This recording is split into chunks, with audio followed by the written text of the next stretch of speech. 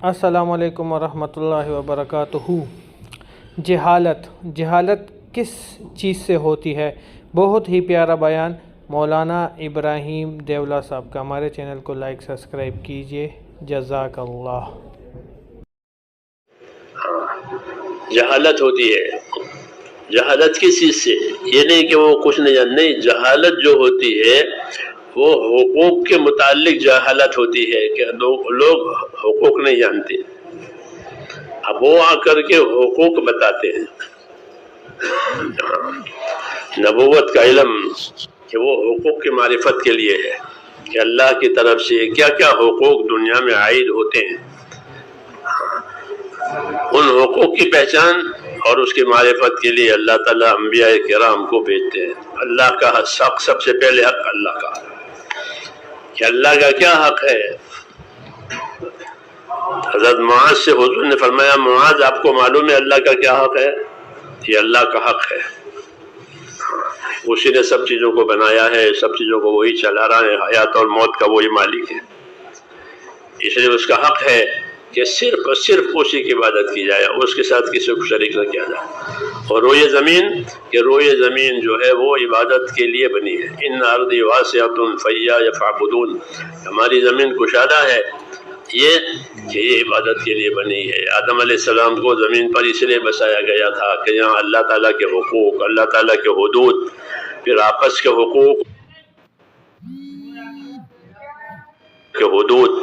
پھر آپس کے حقوق اور حدود یہ قائم ہوں گے۔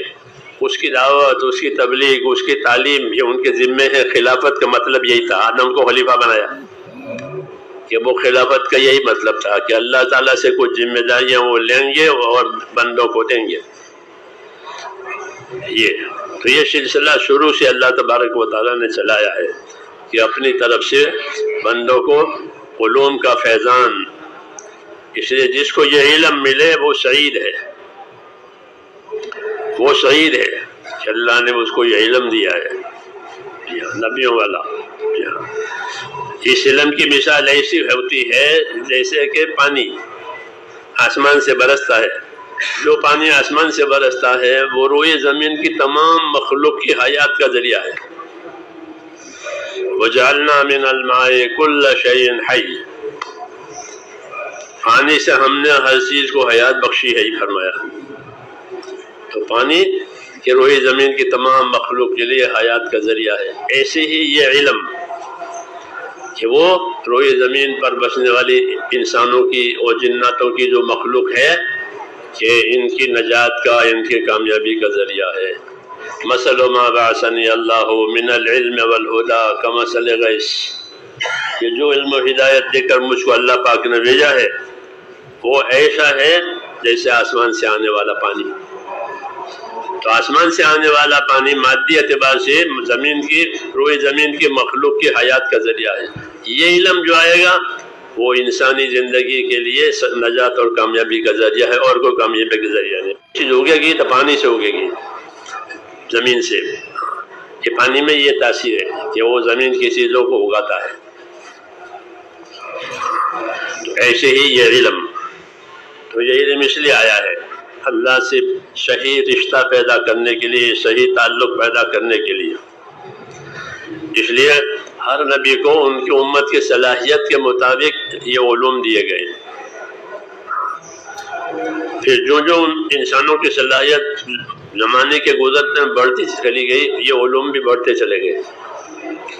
آخر امت یہ اپنی صلاحیت پر پہنچ گئی، تو حضور صلی اللہ علیہ وسلم کو ہر لائن کا پورا علم دیا گیا، ایمانیات ہو، عبادات ہو، معاملات ہو، معاشرت ہو، اخلاق ہو، عقوبات ہو، ہر لائن کا آپ کو پورا علم دیا گیا۔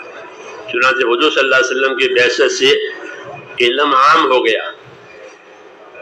عام ہونے کا کیا مطلب ہے؟ کہ آپ نے اپنی محنت ایسی چلائی کہ زندگی کے ہر شعبے کا علم شعبے والوں کو پہنچا، ہر شعبے والے کو۔ اور اس کا طریقہ یہ تھا کہ لوگوں میں اس کی طلب پیدا کرائی، جی ہاں، جیسے تجارت میں کوئی چیز ایجاد ہوتی ہے تو پہلے اشتہارات ایڈورٹائز کے ذریعے سے لوگوں میں اس کی طلب پیدا کرائی جاتی ہے کہ یوں ہے یوں ہے یوں ہے یوں ہے. بعض دفعہ مفت بھی دیتے ہیں، کھلاتے ہیں پلاتے ہیں پیش کرتے ہیں. تجارت یہ جو ہماری ایڈورٹائز ہے یہ لیجئے، ہماری کمپنی نے یہ کیا یہ کیا، کیوں میں طلب پیدا کرانے. ہمارے ملک میں لوگ چائے نہیں پیتے تھے، انگریزوں کے آنے کے بعد چائے چلائی مفت. یہ تو میں نے بھی دیکھا ہے مہا عرفات کے میدان میں چائے مفت پلا رہے تھے، سبز چائے، پیو پیو پیو. یہ آج کی بات نہیں ہے، تقریباً 1971-72 کی بات ہے، 40 سال پہلے. اس کو پیو. ممکن ہے وہ تبرعات میں سے ہو، اور ٹھیک ہے. تو یہ چائے مفت اتنی پلائی کہ اب چائے کی طلب ہر جگہ ہو گئی. قبرستان میں ہمارے ہاں قبر کھوتے ہیں وہ بھی چائے پیتے ہیں. چائے پئیں گے وہاں، مریض اسپتال میں چائے پئیں گے، جیل میں قیدی چائے پئیں گے، ہر جگہ اس کی طلب پیدا کرائی. تو وہ جزو زندگی بن گئی.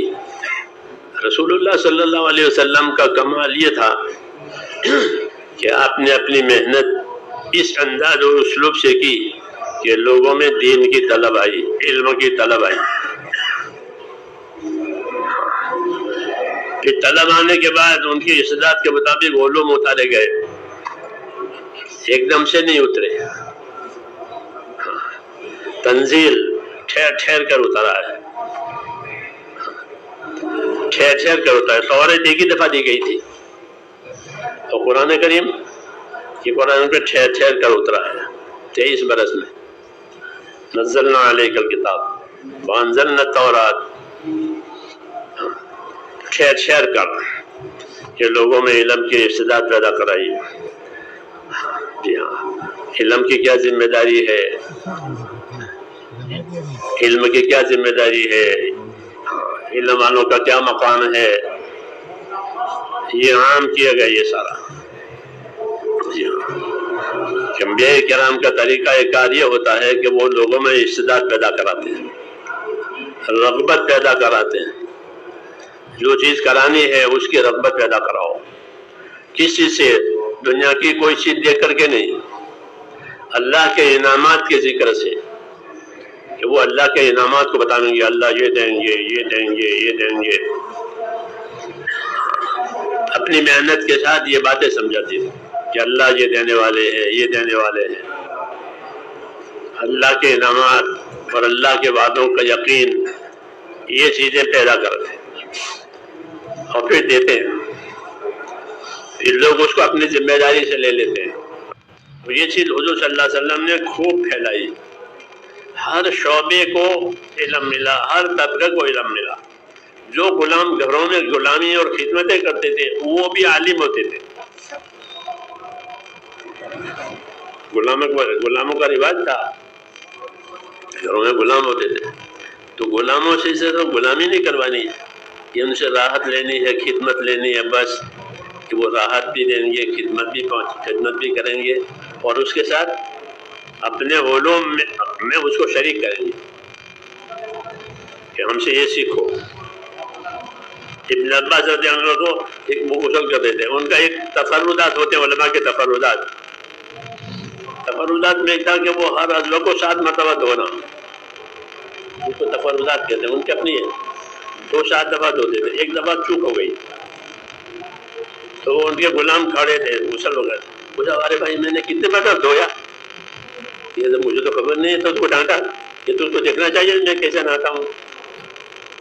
تو میرے بھائیوں بزرگوں، جس طرح ہم نے ماشاءاللہ ابراہیم صاحب کی یہ پیاری کارگزاری سنی جس میں انہوں نے جہالت کے بارے میں باتیں کی ہیں، تو اس سے ہمیں جو نتیجہ اخذ ہوتا ہے ہمیں وہ اپنے دین میں لانا چاہیے، اپنے زندگی میں لانا چاہیے، اسی میں ہماری آخرت کی بھلائی ہے۔ کیونکہ میرے بھائیوں بزرگوں، یہ دنیا فانی ہے، بار بار ہم اسی طرح اس بیانات میں کہتے ہیں، تو اس سے کچھ علم حاصل کرنا چاہیے، آخرت کے لیے کچھ کرنا چاہیے، اسی میں ہماری آخرت کی بھلائی ہے، اور باقی تبلیغ کا کام بڑھ چڑھ کر کرنا چاہیے، تو اسی میں ہماری کامیابی ہوگی آخرت کی۔ جزاک اللہ، ماشاء اللہ۔